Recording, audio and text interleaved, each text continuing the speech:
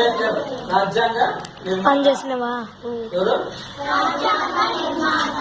మన దేశం కోసం మన కోసం ఆయన రాజ్యాంగాన్ని నిర్మాతలు రచించారు. చాలా గొప్ప వ్యక్తి. మనం ఆయన గుర్తించుకోవాలి కదా. ఆయన చూడండి, అందరూ ఒక తక్కువ స్టేజ్ అని చెప్పి తక్కువ కులం వాడని అందరూ చూసేవారు. ఆయన అవన్నీ పట్టించుకోకుండా ఆయన కృషి ఆయన చేస్తూ ఆయన వెంటగా ముందుకు వెళ్ళి రాజ్యాంగ నిర్మాతగా ఎదిగినారంటే ఇంత కృషి ఉండాలి కదా. మనం అందరం ఆయన్ని ఆదర్శంగా తీసుకున్నామా?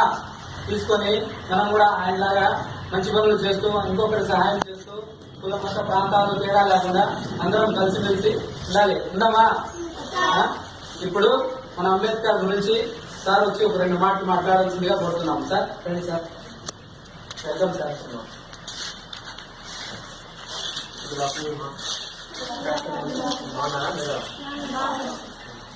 ఈరోజు మనం ఇక్కడ మన అందరూ కవర్ కల్లా సమావేశం అయినాం కదా. సార్ కూడా మనకు ఒక రైజింగ్ ఎడ్యుకేషన్ ట్రస్ట్ అనే ఒక సంస్థను పెట్టి మన ఊర్లో ఉండే పిల్లలందరికీ ఉచితంగా ట్యూషన్ చెప్పిస్తున్నారు కదా. ఉదయము సాయంత్రము మనకి English, computer education plus sports కూడా చెప్పిస్తున్నారు. కాబట్టి మనం అందరి తరఫున ఒకసారి సార్ కూడా థ్యాంక్స్ చెప్తాం. ఓకేనా? సరే, మనం ఈరోజు స్కూల్స్ హాలిడేస్ అయితే మీరు ఎక్కడ ఉంటారు? మామూలుగా ఇళ్ళ దగ్గర ఆడుకుంటూ ఎంజాయ్గా ఉంటారు. కానీ మనం అందరం ఇక్కడికి ఒక చోట చేరి సమావేశమైనామంటే దానికి ఒక కారణం ఉన్నది కదా. ఏంటి కారణము? అంబేద్కర్ జయంతి అని. మనం అంబేద్కర్ జయంతి అంటే మనం ఎవరైనా సరే మన దేశంలో 120 కోట్ల మంది జనాభా ఉన్నారు కదా. ఇంతమందిలో కూడా మన బర్త్డేని మనం ఒక్కరమే చేసుకుంటాం, లేదా మన కుటుంబం మాత్రమే చేసుకుంటాం. కానీ ఒక వ్యక్తి బర్త్డేని 120 కోట్ల మంది ఒక పండుగలాగా జరుపుకోవాలంటే అతను ఎంత కష్టపడి ఉంటారో ఒకసారి కదా.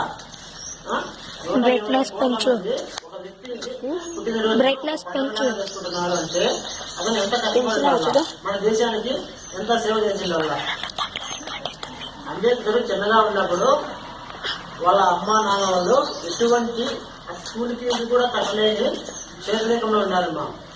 అయినా కూడా వారిని ఆయన లెక్క చేయకుండా కష్టపడి చదువుతూ అన్నిటినీ కూడా తన చదువుతోనే అన్ని కష్టాలను అధిగమించారు. బాగా చదివితే ఎవరో సహాయం చేస్తారు కదా. అలాగే ఈడీ వాళ్ళ సహాయం తీసుకొని ఆయన చదువుకుంటా వచ్చి మన దేశానికి రాజ్యాంగాన్ని రాశారు కదా. గాంధీ ఉన్నారు, నెహ్రూ ఉన్నారు, సర్దార్ వల్లభాయ్ పటేల్ ఉన్నారు. ఇంతమంది నాయకులు ఉన్నా కూడా మన రాజ్యాంగాన్ని రాసేదానికి అంబేద్కర్కి ఎందుకు అప్పచెప్పారు? అంబేద్కర్ ఉండే తెలివి, జ్ఞానం అలాంటివి.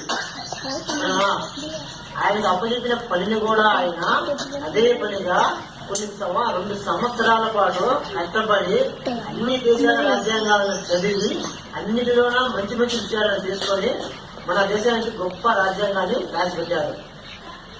ఈ రాజ్యాంగము 1 సంవత్సరంతో ఉండేది కాదు, 2 సంవత్సరాలు ఉండేది కాదు.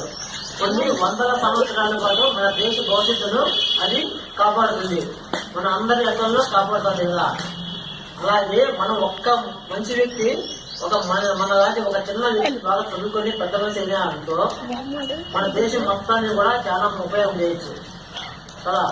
అన్నింటిలో ఒక్కరు చదువుకోవడం వల్ల 120 కోట్ల మందికి ఇలా జరుగుతుంది కదా. అలాగే మనలో కూడా ఎవరైనా ఒక్కరు బాగా చదువుకున్నారనుకో, మంచి జ్ఞానం సంపాదించాలనుకో, ఆ జ్ఞానంతో కొన్ని కోట్ల మందికి సహాయం చేయొచ్చు. సరేనా? కాబట్టి మీరు కూడా బాగా చదువుకోవాలా, అందరికీ మంచి పేరు తెచ్చుకోవాలా, మన దేశానికి మనకు చేతనైనంత సహాయం చేయాలా, మన పొరుగు వారిని ఇచ్చి పరిస్థితుల్లో ఇబ్బంది పెట్టకూడదు, బాధపెట్టకూడదు. ఓకేనా? మన మాటల వల్ల బాధపడకూడదు, మనం చేసే పనుల వల్ల ఇతరులు బాధపడకూడదు. సరేనా? అదే మన దేశానికి, మన చుట్టుపక్కల ఉండే వాళ్ళకి మనం చేసే గొప్ప సహాయం. ఓకేనా? చెందమా?